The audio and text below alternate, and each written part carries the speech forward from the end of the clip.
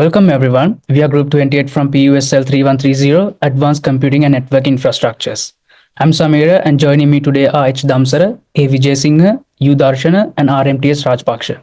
So in this demo, we'll showcase our implementation of two critical modern infrastructure solutions. And this demo will be done in two parts. Part 1 will be a cloud-based load balancing system on AWS, and part 2 will be an SDN control adaptive video streaming testbed. So let's begin with part 1, our AWS load balancing solution. So moving to the AWS setup screen.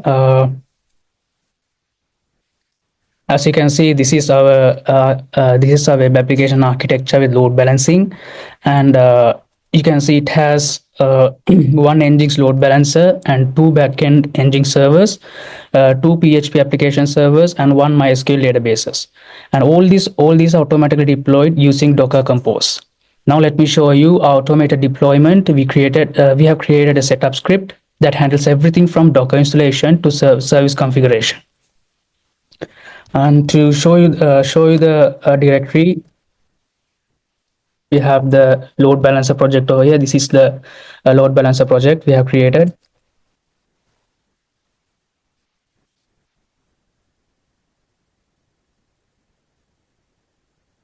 And you can see we have created all the necessary files we needed. As mentioned, we have one Nginx load balancer, two backend services, and a PHP application service, and one MySQL database. So to show you the setup script we have automated. As you can see, we have created the updated system script and then installation of Docker, and then Docker Compose installation. After that, it will be create the project structure, which means how it will be installed to the directory. For example, in load balancer project in a specific directory, and all the configuration files as shown in previous steps will be created automatically. And then to start the containers, we'll be running a Docker Compose upd that will start all the containers. And if the Apache utilities are not installed, Apache 2 utils will be installed automatically.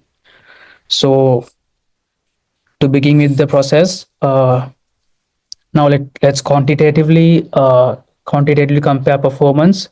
First, we test a single backend server without load balancing. So before starting it,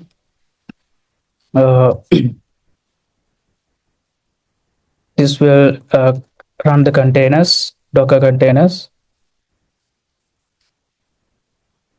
As you can see, all the backend databases and PHP is running now. And to show the status of the containers,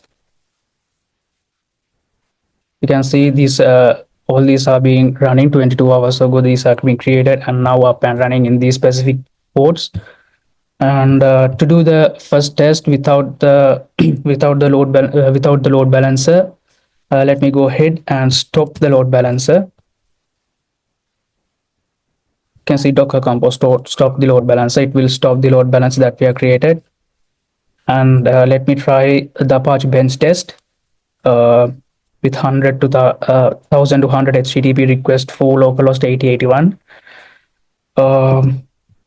So this will do the bench test without the load balancer. As you can see, the bench test have been done, and the request per second was 3292.87 per second. That's the mean request per second. And now let me run the second test with the load balancer. To do that, let me go ahead and start the Docker Compose. Start Docker Compose load balancer. That will restart the load balancer and it will be up and running.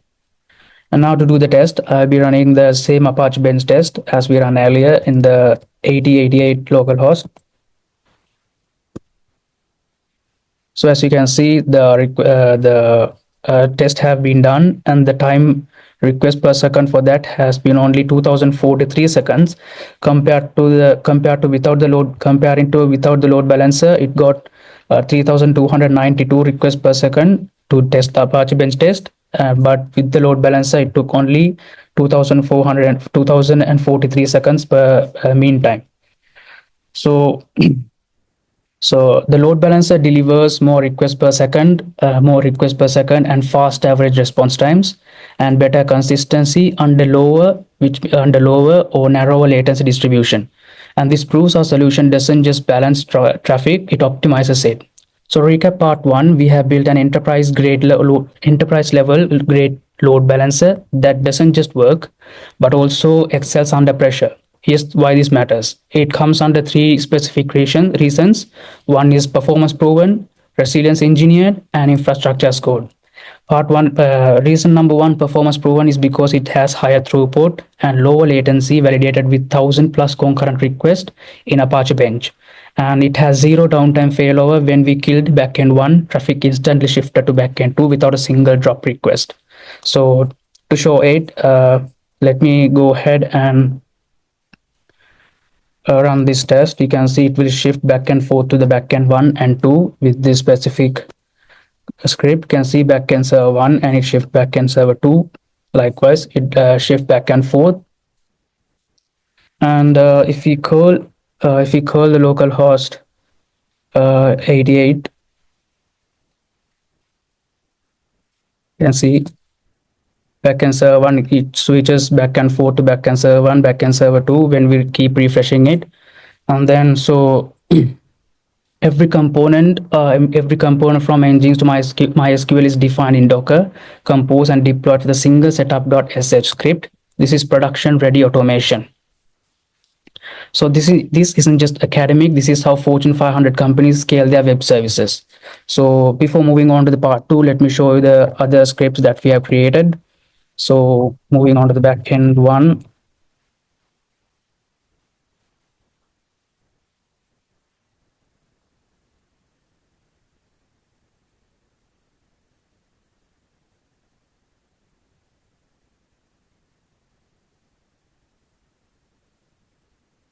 You can see we have created this specific file, so it will show the backend server as previously showed, and same goes in the backend too. And let me show you the Docker compose file we have created.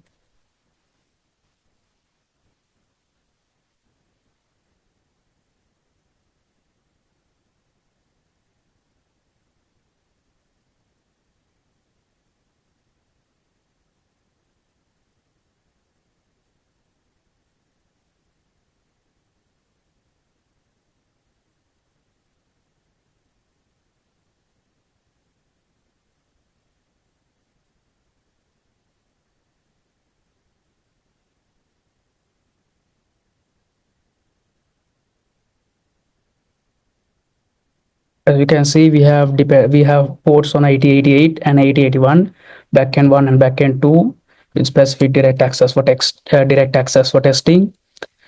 And then for PHP server response, we have set port number 80 to get the PHP response. Likewise, we have set the root path and the web app accordingly. So this is how Docker compose YAML file. So, and to show the Nginx file,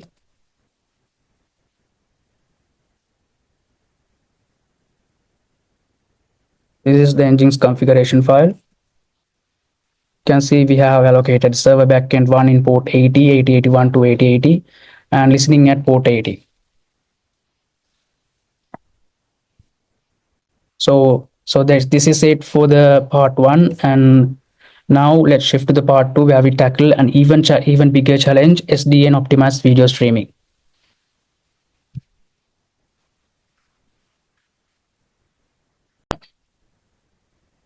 So for part two, we engineered an SDN controlled environment to optimize adaptive streaming. And now let me show you the demonstration of our SDN testbed. This will simulate real-world network challenges and the confirmation of SDN visibility into traffic flows, which is crucial for QoS optimization. And this will also highlight the key code for the topology.python, and also it will show the pre-recorded results such as the packet loss, bit rates, and the buffering events. And that will confirm our Apache server is hosting the dash manifest and the blueprints for the adaptive streaming, and the response codes that it shows a success, which means it's ready to be served in the dash.js. and the ODL REST API has been configured at the 192.168.1.7 IP address in the port 808181. And now let's observe the player's adoption behavior under the network stress. And this recording comes from a mini net test. And the pre-record test captures the same behavior as our SDN environment. As packet loss increases, the player will dynamically shift from one quality loss to another. And this is proven by Open Daylight's real-time analytics. So let me go ahead and share the demonstration.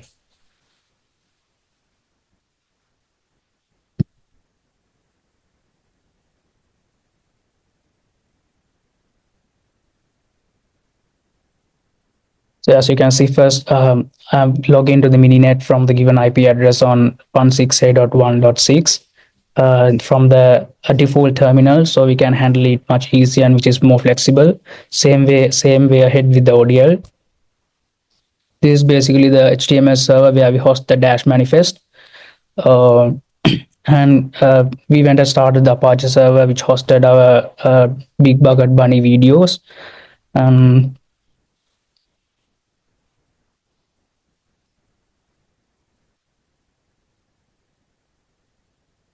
As you can see, the Big Bucket Bunny has been saved to the directory shown as b.mp4. And this is the process of segmenting the file into different quality losses. You can see it will show into 360p, 480p, and 1080p into three different resolutions as shown in the demonstration.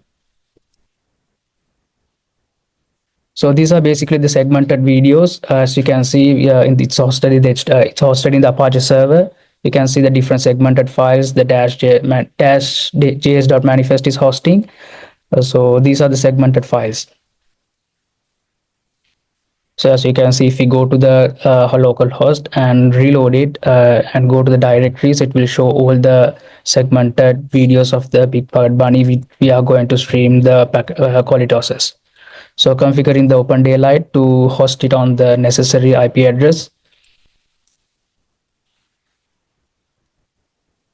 So this is the Open Daylight dashboard where we're trying to connect the switches of the main to admins, main to host panels such as H1 and H2, which is also configured to 10.0.0.1 and 10.0.0.2, which is the main host. We are trying to get the quality losses and get the communications within the each host.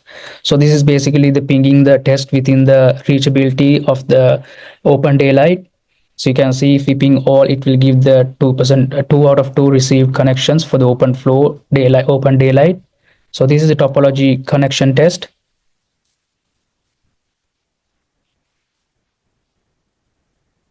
So this is basically the automated script that we have created. So first we started with the creating the directory and hosting the manifest on this specific directory called dash, and then we download the Big Buck Bunny sample video from the default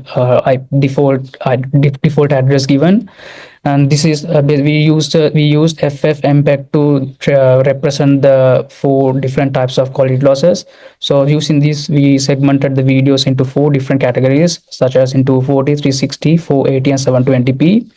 And then we generated dash segments using MP4 box to get it into different quality losses. And as shown previously, you saw that the segments are being broken down into pieces in the dash folder, and then we started the Apache server to apply the changes, and then installation of the server-js to showcase the streaming, and then finally cleaning up the temporary files. And finally, the completed successfully message will be given as per pre-process of the entire setup. So moving forward, it will go ahead and run the setup script, and you can see the topology is being run and mininet has been started. We use MobileXterm because we can get the visuals of the node H1 and H2 easily rather than running from the virtual machine itself. So here we're trying to get the dash bb.mpd segmented files. you can see the we used wget download option to show the different quality losses and download speed reductions of each downloads.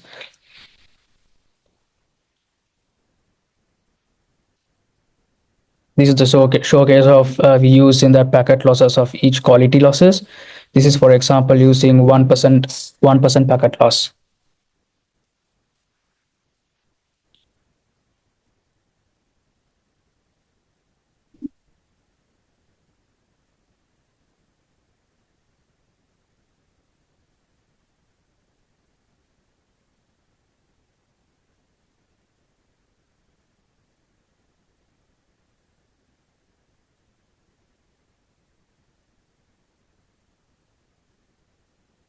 This is an example of we showcasing that the quality loss of 10% and previously was 1%, and likewise we created three different segmentations such as 1% packet loss, 5% and 10% for each topology, so we can differentiate each packet losses in each situations.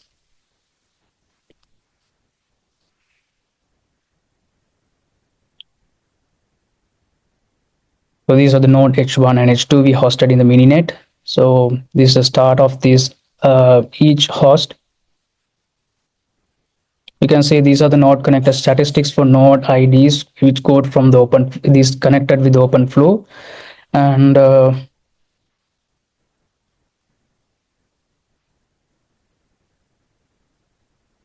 these are the statistics from we get from 5% packet loss, 5% packet loss from the mininet. As you can see, the statistics change each and every time we change the packet loss from 5% to 10% or 1% to 10%, the statistic change from each time. So over here, OpenFlow 1 to 2, it has like 1092 bytes, and it will keep increasing as we use different packet losses.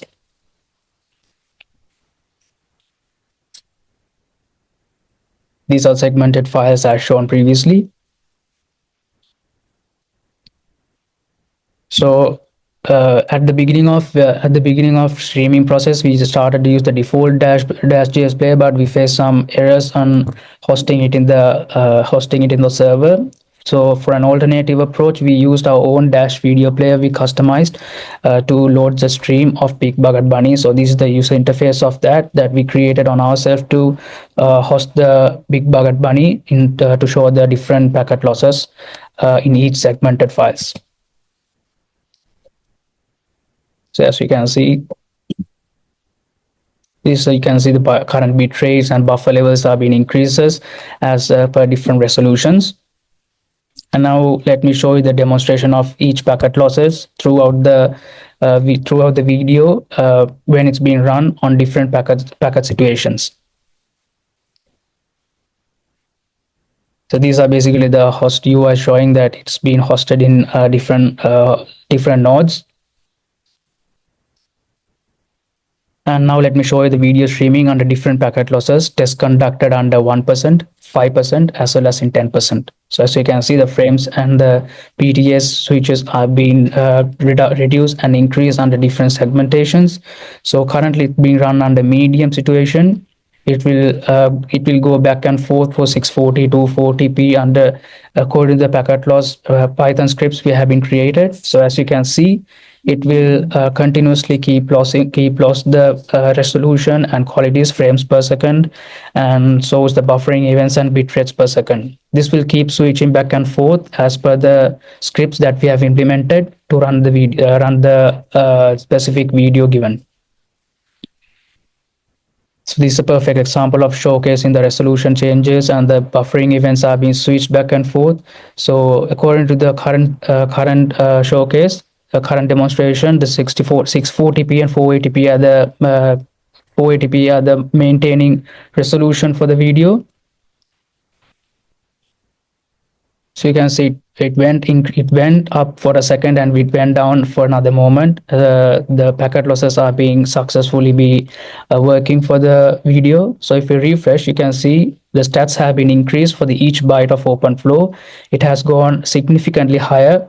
So this is the main difference of showcasing different packet losses under the mininet SDN testbed.